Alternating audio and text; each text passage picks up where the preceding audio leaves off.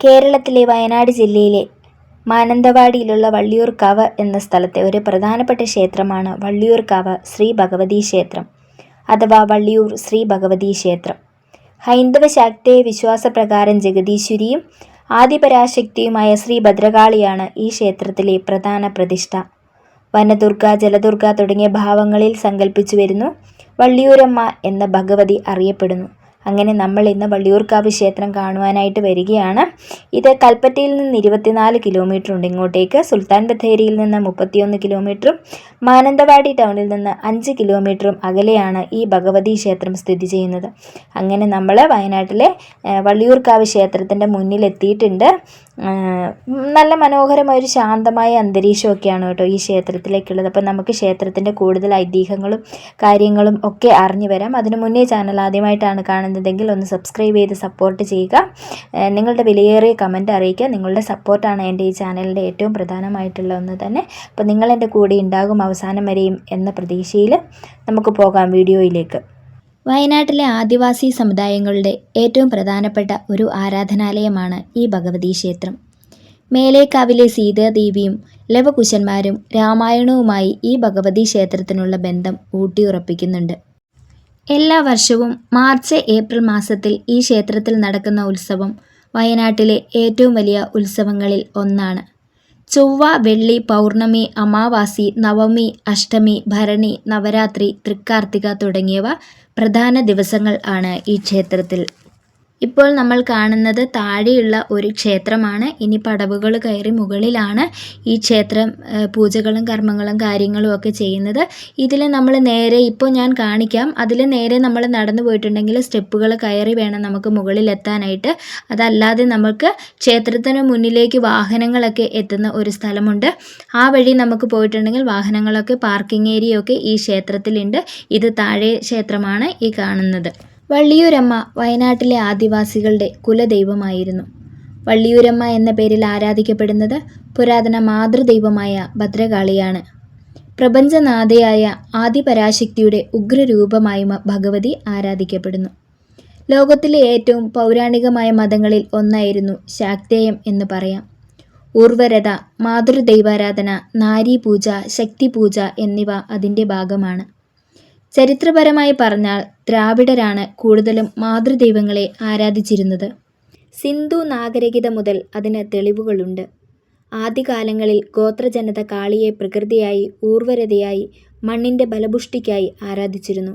കാർഷിക സമൃദ്ധി, യുദ്ധവിജയം, രോഗമുക്തി, കുടുംബത്തിൻ്റെ ഐശ്വര്യം, സന്താനങ്ങളുടെ അഭിവൃദ്ധി, കുലത്തിൻ്റെ നിലനിൽപ്പ് എന്നിവയ്ക്കായി ഭഗവതിയെ ആരാധിക്കുന്ന രീതി വ്യാപകമായിരുന്നു. കാലക്രമേണ ഈ പുരാതന മാതൃദൈവം പല പരിണാമങ്ങളിലൂടെ ഇന്നത്തെ ഭഗവതിയായി തീരുകയും ചെയ്തു. പൊതുവെ ഭഗവതിയെ ആരാധിക്കുന്നതിന് പ്രത്യേക നിഷ്ഠയോ നിവേദ്യമോ ഇല്ലെന്നാണ് സങ്കല്പം. ജാതിഭേദമില്ലാതെ വിശ്വാസികളായ ആർക്കും ആരാധിക്കാം. ഭക്തർക്ക് ഇഷ്ടമുള്ള ഭക്ഷണം നിവേദ്യമായി സമർപ്പിക്കാം എന്നാണ് ആചാരം. പ്രപഞ്ച സൃഷ്ടിയുടെ അടിസ്ഥാനം മഹാശക്തിയായ സ്ത്രീയാണ് എന്ന കാഴ്ചപ്പാടിൽ നിന്നാണ് ശാക്തേയർ ജഗദീശ്വരിയും ആദിപരാശക്തിയുമായ കാളിയെ ആരാധിച്ചു തുടങ്ങിയത്. ശാക്തേയ സമ്പ്രദായത്തിൽ സ്ത്രീക്ക് നൽകുന്ന പ്രാധാന്യം ഇതിന് തെളിവായി ചൂണ്ടിക്കാണിക്കപ്പെടുന്നു. ഭഗവതിയെ ആരാധിക്കുന്നവർ സ്ത്രീകളെ ബഹുമാനിക്കേണ്ടതുണ്ട് എന്നാണ് വിശ്വാസം. യാതൊരു കാരണവശാലും അവർ സ്ത്രീകളോട് മോശമായി പെരുമാറാൻ പാടില്ല എന്നാണ് ആചാരം. പുരാതന കാലങ്ങളിൽ ആരാധിക്കപ്പെട്ടിരുന്ന കൊറ്റവൈ എന്ന മാതൃദൈവവും യുദ്ധമൂർത്തിയായ ഭഗവതിയാണ് പിൽക്കാലത്ത് ഭദ്രകാളി, ദുർഗാസങ്കല്പങ്ങളിൽ ആരാധിക്കപ്പെട്ടിരുന്നത് എന്ന് ചരിത്രം പറയുന്നു. ശൈവ, വൈഷ്ണവ, ബൗദ്ധ മതങ്ങളും അബ്രഹാമിക മതങ്ങളും ഉടലെടുക്കുന്നതിന് മുൻപ് തന്നെ മാതൃദൈവ ആരാധന ലോകത്തിൽ വ്യാപകമായിരുന്നു. ക്രിസ്തു വർഷത്തിന് മുൻപ് മുതൽക്കേ തന്നെ ലോകത്തിൽ മാതൃദൈവ സങ്കല്പം നിലനിന്നിരുന്നു. മാതൃദൈവ ആരാധന സിന്ധു നാഗരികതയ്ക്ക് മുൻപേ തന്നെ ഭാരതത്തിലും നിലനിന്നിരുന്നു. ഇത് ഉർവരതാ സങ്കല്പവുമായി ബന്ധപ്പെട്ട് കിടക്കുന്നു. ഭഗവതി ക്ഷേത്രങ്ങളിലും കാവുകളിലും ഇന്നും തുടർന്നു വരുന്ന ആചാരാനുഷ്ഠാനങ്ങൾ ഇത്തരം പ്രകൃതി ആരാധനയുമായി ബന്ധപ്പെട്ട് കിടക്കുന്നു. കാടിനെ കാക്കുന്ന കാവ് പ്രകൃതി സംരക്ഷണത്തിൻ്റെ ഭാഗമായ ആരാധനാ സങ്കല്പവുമായി ചേർന്ന് നിൽക്കുന്നു. അങ്ങനെ നമ്മൾ പടവുകൾ കയറിയാണ് മുകളിലെത്തിയത്. മുകളിൽ നടുക്ഷേത്രം എന്ന് പറഞ്ഞൊരു ക്ഷേത്രമുണ്ട്. അവിടെയൊക്കെ നമ്മൾ കണ്ടിരുന്നു, ഈ പിക്ചറിലുണ്ട്. അങ്ങനെ നമ്മൾ മുഗൾ ക്ഷേത്രത്തിന് അകത്ത് എത്തിയിട്ടുണ്ട്. വയനാടിൻ്റെ മലനിരകളിൽ പ്രകൃതിയും ആത്മീയതയും ഒരുമിച്ച് ശ്വാസമെടുക്കുന്ന ഒരു വിശുദ്ധ കാവാണിത്. അതാണ് മാനന്തവാടിയിലെ വള്ളിയൂർക്കാവ്.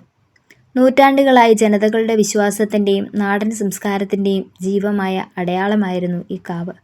കാവിൻ്റെ ചരിത്രം വള്ളിയൂർക്കാവിൻ്റെ ചരിത്രം എഴുത്തിലില്ല, മറിച്ച് തലമുറകളുടെ പകർന്ന നാടോടി കഥകളിലൂടെയും വിശ്വാസങ്ങളിലൂടെയുമാണ് നിലനിൽക്കുന്നത്. പഴയകാലത്തെ പ്രദേശം കാടുകളും കാവുകളും നിറഞ്ഞ ഒരു ദൈവഭൂമിയായിരുന്നു എന്ന് പ്രാദേശിക ഐതിഹ്യം പറയുന്നുണ്ട്. അന്നു മുതൽ തന്നെ ഈ സ്ഥലം ദൈവിക സാന്നിധ്യമുള്ള വിശുദ്ധ ഭൂമിയായി കണക്കാക്കപ്പെടുന്നുണ്ട്. വള്ളിയൂർക്കാവ് എന്ന പേര് വന്നത് വള്ളി എന്നത് വനവും പ്രകൃതിയും സൂചിപ്പിക്കുന്ന വാക്കാണ്. വള്ളികളും വലിയ മരങ്ങളും ചുറ്റിപ്പറ്റിയിരിക്കുന്ന ഈ കാവിനാണ് വള്ളിയൂർക്കാവ് എന്ന പേര് ലഭിച്ചതെന്നാണ് ആചാരം. ഇന്നും കാവിൻ്റെ ചുറ്റുമുള്ള പ്രകൃതി ദൃശ്യങ്ങൾ ആ പഴയ കാലത്തെ ഓർമ്മിപ്പിക്കുന്നത് തന്നെയാണ്. പ്രതിഷ്ഠ ദേവാരാധന വള്ളിയൂർക്കാവിൽ പ്രധാനമായും ശക്തി ആരാധനയാണ് നിലനിൽക്കുന്നത്. ഇവിടെ പ്രതിഷ്ഠിക്കപ്പെട്ട ദേവത നാടൻ ദൈവവിശ്വാസത്തിൻ്റെ ശക്തമായ പ്രതീകമാണ്. ദേവയെ അമ്മരൂപത്തിൽ രക്ഷാകർതൃത്വത്തിൻ്റെ പ്രതീകമായി ഭക്തർ ആരാധിക്കുന്നു. ഈ കാവിലെ ദേവത നാടിനെ കാക്കുന്നവളാണ്, രോഗങ്ങൾ അകറ്റുന്നവളാണ്, അനീതികൾക്ക് ശിക്ഷ നൽകുന്നവളാണ് എന്ന വിശ്വാസമാണ് പ്രബലമായത്. അതുകൊണ്ട് തന്നെ വയനാടിൻ്റെ വിവിധ ഭാഗങ്ങളിൽ നിന്ന് ഭക്തർ ഇവിടെ എത്തിപ്പോകുന്നു. നാടൻ വിശ്വാസങ്ങളും അനുഭവങ്ങളും വള്ളിയൂർക്കാവിനെക്കുറിച്ച് പല അത്ഭുത കഥകളും പ്രചരിപ്പിക്കുന്നു. അന്യായം സംഭവിച്ചാൽ ദേവത സ്വയം നീതി നടപ്പാക്കും എന്നാണ് വിശ്വാസം നാട്ടുകാർക്കുണ്ട്. അതുകൊണ്ട് തന്നെ ഈ കാവിൽ കള്ളവും കപടതയും ഭയന്നാണ് ആളുകൾ പെരുമാറിയിരുന്നത്. പൂജകളും ആചാരങ്ങളും വള്ളിയൂർക്കാവിലെ പൂജകൾ അത്യന്തം ലളിതവും പാരമ്പര്യപൂർണവുമാണ്. നാടൻ പൂജാരീതികൾ, വിളക്കു തെളിയിക്കൽ, നെയ്വിളക്ക്, തൂവൽ വഴിപാടുകൾ എല്ലാം നാടൻ സംസ്കാരത്തിൻ്റെ അവശിഷ്ടങ്ങളാണ്. ഉത്സവകാലത്ത് വള്ളിയൂർക്കാവ് ഒരു ആത്മീയ ഉത്ഭവഭൂമിയായി മാറുന്നു. ചെണ്ടയുടെ നാദം, നാടൻ വാദ്യങ്ങൾ, വിളക്കുകളുടെ പ്രകാശം, ഭക്തരുടെ പ്രാർത്ഥന എല്ലാം ചേർന്ന് ഒരു ദൈവിക അന്തരീക്ഷം ഈ ഉത്സവം ഒരു നാടിൻ്റെ ഒരുമയുടെയും വിശ്വാസത്തിൻ്റെയും പ്രതിഫലമായി കാണാറുണ്ട്. കാവ്യ സംസ്കാരത്തിൻ്റെ പ്രാധാന്യം നോക്കുകയാണെങ്കിൽ വള്ളിയൂർക്കാവ് ഒരു ക്ഷേത്രം മാത്രമല്ല, ഒരു കാവ് സംസ്കാരമാണ്. പ്രകൃതിയെ ദൈവമായി കാണുന്ന ഒരു പുരാതന വിശ്വാസം ഇവിടെ ഇന്നും നിലനിൽക്കുന്നുണ്ട്. വൃക്ഷങ്ങൾ മുറിക്കാതെയും ഭൂമി മലിനമാക്കാതെയും ആരാധന നടക്കുന്നത് ഈ സംസ്കാരത്തിൻ്റെ വലിയ പ്രത്യേകതയാണ്. ഇന്നത്തെ കാലത്ത് പോലും വള്ളിയൂർക്കാവ് തൻ്റെ ആത്മീയ ഒന്നും നഷ്ടപ്പെടുത്താതെ നിലനിൽക്കുന്നുണ്ട്. ആധുനികതയുടെ തിരക്കിലും ഈ കാവ് മനസ്സിന് നൽകുന്ന ശാന്തമായ ഒരു സ്ഥലമാണ്.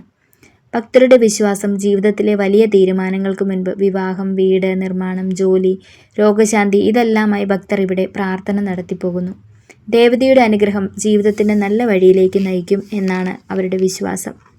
വള്ളിയൂർക്കാവ് ഒരു ദേവാലയം മാത്രമല്ല, ഒരു കാലഘട്ടത്തിൻ്റെ സ്മാരകമാണ്. വിശ്വാസവും പ്രകൃതിയും മനുഷ്യനും ഒരുമിച്ച് ജീവിക്കുന്ന ഒരു ദൈവിക ഇടം. വയനാടിൻ്റെ ആത്മീയ പാരമ്പര്യം അറിയണമെങ്കിൽ വള്ളിയൂർക്കാവ് ക്ഷേത്രത്തിൽ പോകണം.